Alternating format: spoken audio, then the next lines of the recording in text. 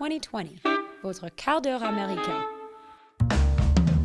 Les meetings de Trump, selon ses partisans, sont comme un concert de rock ou un match de foot. Bref, le nouvel endroit incontournable où passer son samedi soir. Ils sont aussi l'arme favorite du président. Comme il y a 4 ans, Trump use et abuse pour se faire réélire de ce que même ses adversaires lui reconnaissent, son talent d'orateur et sa complicité avec le public. Remis de son affection au Covid-19, qui l'avait forcé à suspendre ses grands spectacles pour une dizaine de jours, il a immédiatement retrouvé la scène. Le 26 septembre, avant sa maladie, nous étions à l'un d'entre eux en Pennsylvanie, l'un des États les plus disputés de ces élections. Vous écoutez 2020, le podcast de l'AFP Made in America. Je suis Lucie Aubourg, joker d'Antoine Boyer pour un épisode, une plongée dans un meeting du président, ses heures d'attente et son ambiance survoltée, un show populiste qui flirte sans cesse avec la ligne rouge et à la mise en scène bien rodée. Acte 1. L'attente. Il est 15h, on est sur un parking, le parking d'un petit aéroport dans la banlieue de Harrisburg, qui est la capitale de la Pennsylvanie. Donald Trump doit arriver dans plusieurs heures encore. Je suis juste devant l'entrée de la file d'attente. Il y a une petite tente blanche, les gens s'enregistrent. Il y a plusieurs centaines de personnes, ils descendent de bus.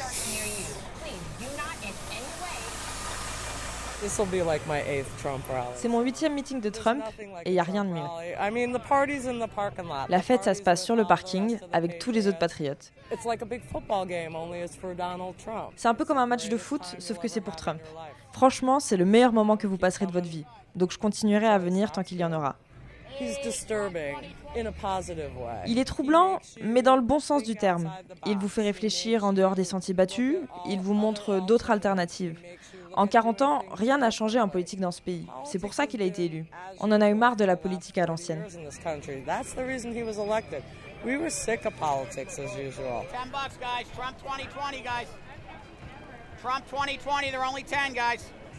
il y a des vendeurs ambulants. Lui, il vend des pullovers Trump 2020, Trump 2020 pour $10. My name is Greg Carr. Je m'appelle Greg, j'ai 59 ans. Je gère un parking dans l'État de New York. On a conduit 5 heures pour venir. On était les deuxièmes dans la file d'attente.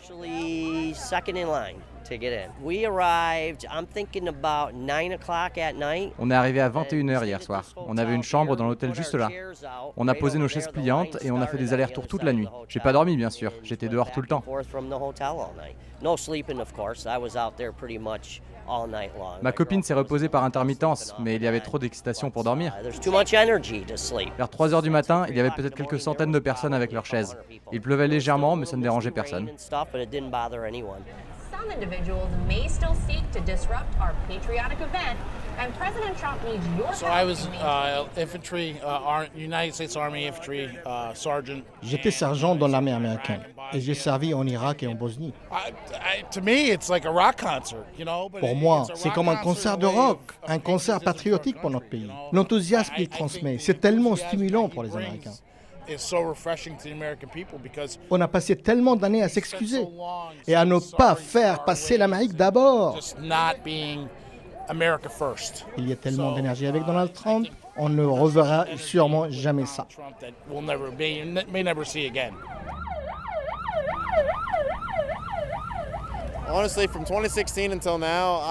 Franchement, depuis 2016, j'ai beaucoup changé. Mes idées ont beaucoup changé. Pour être honnête, en 2016, j'aurais probablement voté pour Bernie Sanders. Mais je me suis réveillé, j'ai commencé à lire des choses et à ne plus suivre aveuglément ce que les médias me crachent à la figure. Et tout ce qu'il dit sur Trump est un mensonge. Si vous l'écoutez et que vous regardez ce qu'il fait, vous vous en rendez bien compte. Et le communisme n'a pas sa place en Amérique, c'est le capitalisme ici. L'Occident, c'est ce qu'il y a de mieux. Il n'est pas politiquement correct, c'est ça ce que j'aime chez lui. J'aime qu'il puisse dire tout ce qu'il veut, tout ce qu'il pense. Ce n'est pas un politicien qui ment en permanence. Ils parlent tous très bien, mais racontent que des conneries. Je veux qu'on me dise la vérité brute. Et c'est ce que fait Trump.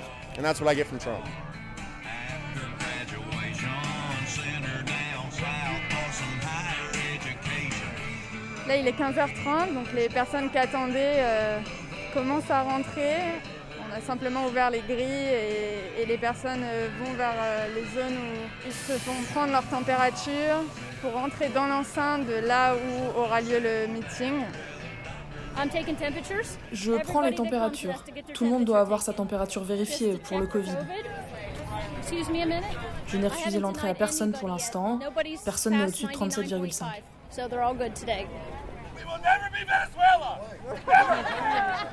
Là, il y a un homme dans sa voiture qui vient de dire on ne sera jamais un pays socialiste, on ne sera jamais le Venezuela. Les gens passent devant sa voiture pour aller là où le meeting va commencer. On est arrivé vers 15h30, ça fait 3h30 et on a conduit 1 heure pour venir. Je suis jamais venu avant. J'étais au Super Bowl, mais pas à un meeting de Trump. Donc je voulais voir comment c'était. Ce que j'ai vu à la télé, c'est qu'il amuse la galerie, non? C'est un peu comme les jeux romains. Il nous lance un bout de viande, vous voyez, pour nous divertir. Parce qu'on sait ce qu'on est venu entendre. Et ici, tout le monde va voter pour lui. Ils veulent juste avoir leur part. Il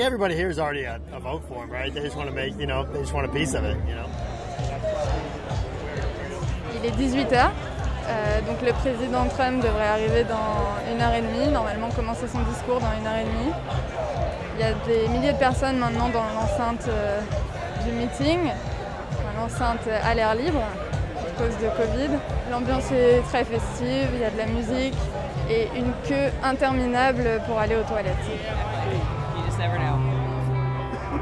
L'attente n'est pas trop longue? Maintenant que j'y suis presque, mes pieds me font moins mal bizarrement. Vous avez voté pour Trump en 2016? Oui, mais je n'étais pas fan à l'époque. J'ai voté pour lui parce que j'aimais encore moins Hillary Clinton. Donc c'était le moindre mal. Mais ces 4 dernières années, j'ai vu ce qu'il a fait, je me suis renseignée et j'ai appris à le connaître. Et il m'a convaincu très rapidement, ça n'a pas été dur. Avant, j'avais juste choisi de ne pas m'occuper de politique. Je me disais, on s'en fiche. Mais ça m'a vraiment ouvert les yeux. Et la façon dont certaines personnes laissent des choses se passer, comme ces émeutes, qu'elles font semblant de ne pas voir, j'ai confiance en lui pour qu'il s'occupe de ces gens.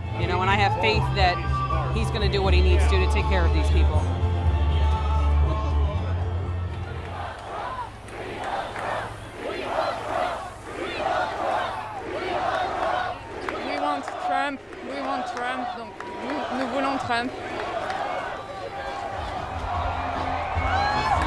Tout le monde s'est levé. L'avion vient d'atterrir en face de nous. Les gens viennent d'applaudir l'arrivée de l'avion présidentiel qui a eu lieu juste devant nous, derrière les estrades. Please welcome the 45th President of the United States, Donald J. Trump.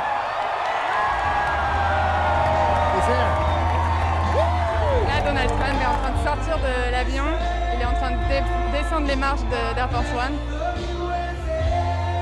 Ça y est, il vient de monter sur scène. Il commence tous ses meetings par faire un petit tour sur scène. Il applaudit avec la foule. Il montre certains du doigt. Il s'est mis au pupitre.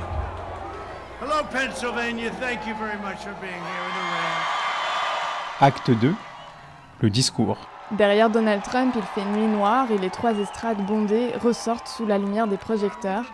En arrière-plan, l'avion Air Force One reste garé là, impressionnant. Il est devenu le symbole de ces meetings. Devant le président, les premiers arrivés ont pu s'asseoir, les autres sont agglutinés debout, coude à coude, et la quasi-totalité sans masque. Donald Trump interpelle la foule en permanence, il la sollicite, et il fait sans cesse des allers-retours entre la lecture d'un discours préparé et le hors-script. Et ce sont ces moments improvisés que les gens préfèrent.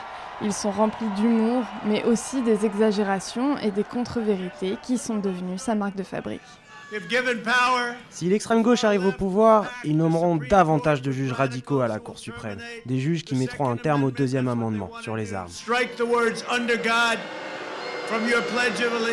C'est ça qu'ils veulent faire. Supprimer le mot Dieu de notre serment d'allégeance, supprimer les croix des espaces publics et forcer le contribuable à financer les avortements tardifs. Ces juges de gauche paralyseront la police et déclareront la peine de mort inconstitutionnelle, même pour les pires meurtriers.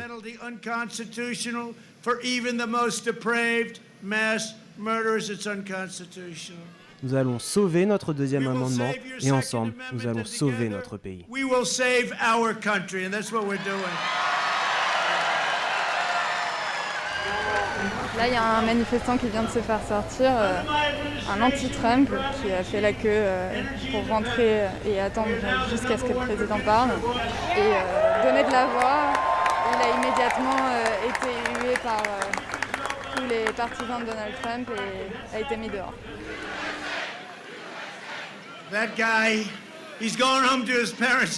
Ce gars, il rentre chez ses parents. Il va avoir de gros problèmes. Le 3 novembre, allez voter. Faites ce que vous avez à faire. Assurez-vous qu'il ne triche pas trop avec ses bulletins. Vous avez vu aujourd'hui ? Il y a un nouveau gros problème. À un endroit, vous savez lequel, ils ont envoyé 1000 bulletins. Et malheureusement, ils ont envoyé tout en double. Et tout le monde dans cette région démocrate a reçu 2 bulletins.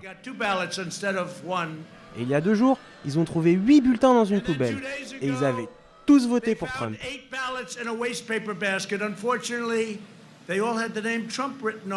La Caroline du Nord, le Michigan, le Nevada, tous ces endroits sont gouvernés par des démocrates. Ce sont eux qui comptent les bulletins. Est-ce que quelqu'un a l'ombre d'un doute, franchement ? C'est juste du bon sens. Ils essaient de voler cette élection. La seule façon pour eux de gagner en Pennsylvanie, franchement, c'est de tricher. Pennsylvania, frankly, is to cheat on the ballots. That's the way I look at it.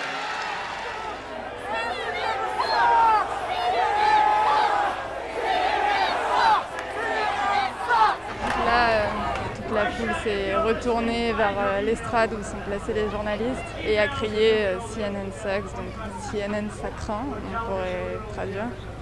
C'est un grand classique de tous les meetings de Donald Trump. Les journalistes qui sont au milieu de la foule sont pris à partie par les supporters de Trump. Hey, CNN, shut your damn mouth and tell Anderson he sucks! Il y a un journaliste sur l'estrade qui est pris à partie.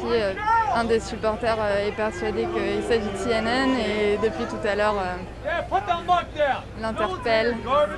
Le journaliste l'ignore, il ne regarde pas. Ils sont littéralement à 3 mètres l'un de l'autre, séparés par une barrière. Under my administration, we proudly achieved energy independence. Mon gouvernement a achevé l'indépendance énergétique. Nous sommes le producteur numéro 1 de pétrole et de gaz naturel au monde. Joe Biden l'endormi a promis d'interdire la fracturation hydraulique. Ce n'est pas bon pour la Pennsylvanie. C'est un gros business ici. 900 000 emplois.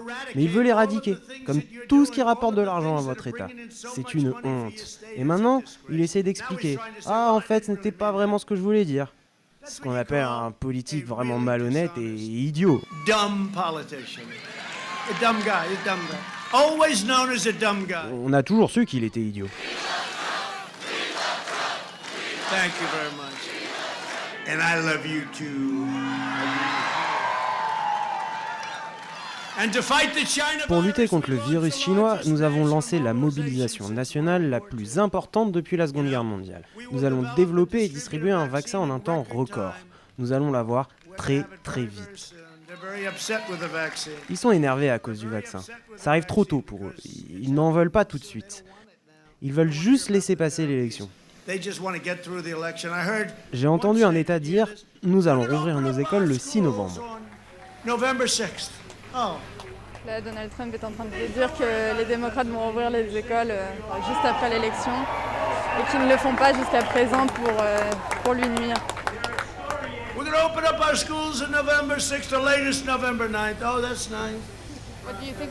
Qu'est-ce que vous pensez de la façon dont il gère la crise sanitaire ? Je pense qu'il la gère exactement comme il devrait. Pour commencer, je pense que tout ça, ce sont des foutaises. Je crois que ce virus nous a été envoyé exprès pour causer tout ce chaos. Comme par hasard, il y a des élections cette année. Je veux dire, je ne suis pas idiote. Malgré tout, on y fait face. Et je pense que ce n'est pas aussi dangereux que ce qu'on nous dit. La première chose qu'il a faite, c'est fermer les frontières. Et comment ils ont réagi quand il a fait ça ? Ils l'ont descendu en flèche. Et maintenant, ils disent qu'il ne les a pas fermés assez tôt ? Quelle est la logique ? Il est perdant quoi qu'il fasse, donc il fait ce qu'il veut. Là, ça fait 1h30 que Trump parle. On sent que la conclusion est en train de venir. Tout le monde s'est levé. Les citoyens fiers comme vous ont aidé à construire ce pays. Et ensemble, nous allons le regagner. Nous vous rendons le pouvoir à vous, le peuple.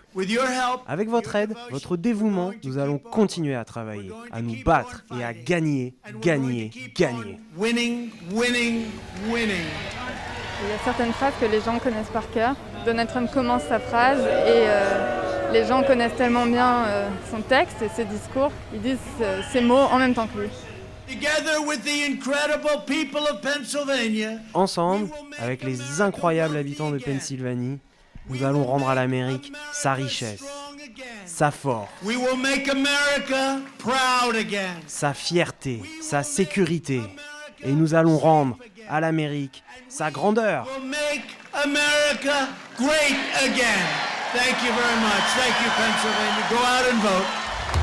Il reste un peu sur scène, il applaudit.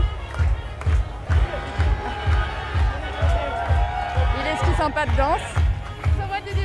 Qu'est-ce que vous en avez pensé? C'était super, exactement ce que j'attendais.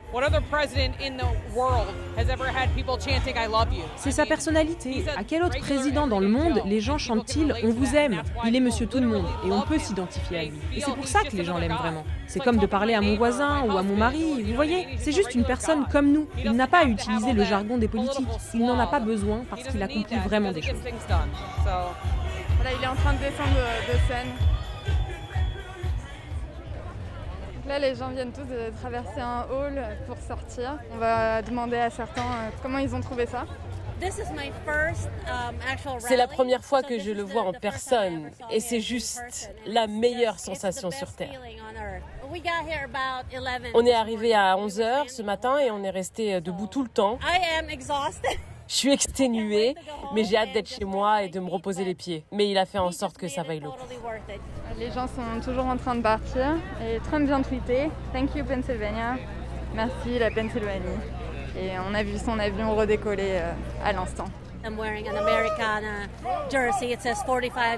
Sur mon pull, il y a écrit 45 pour le 45e président et Trump à l'arrière. J'ai ma casquette Second Amendement et je porte aussi Blue Lives Matter parce que j'aime la police.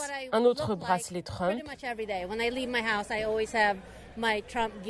Et je sors comme ça quasiment tous les jours, avec mes accessoires Trump. Alors que je ne l'aimais pas à la base. Quand il a annoncé qu'il se présentait, j'ai cru à une blague. J'ai dit « pas question ». Mais après, ses actions politiques, et quand je l'écoutais, j'ai fini par voter pour lui, et je vais de nouveau voter pour lui.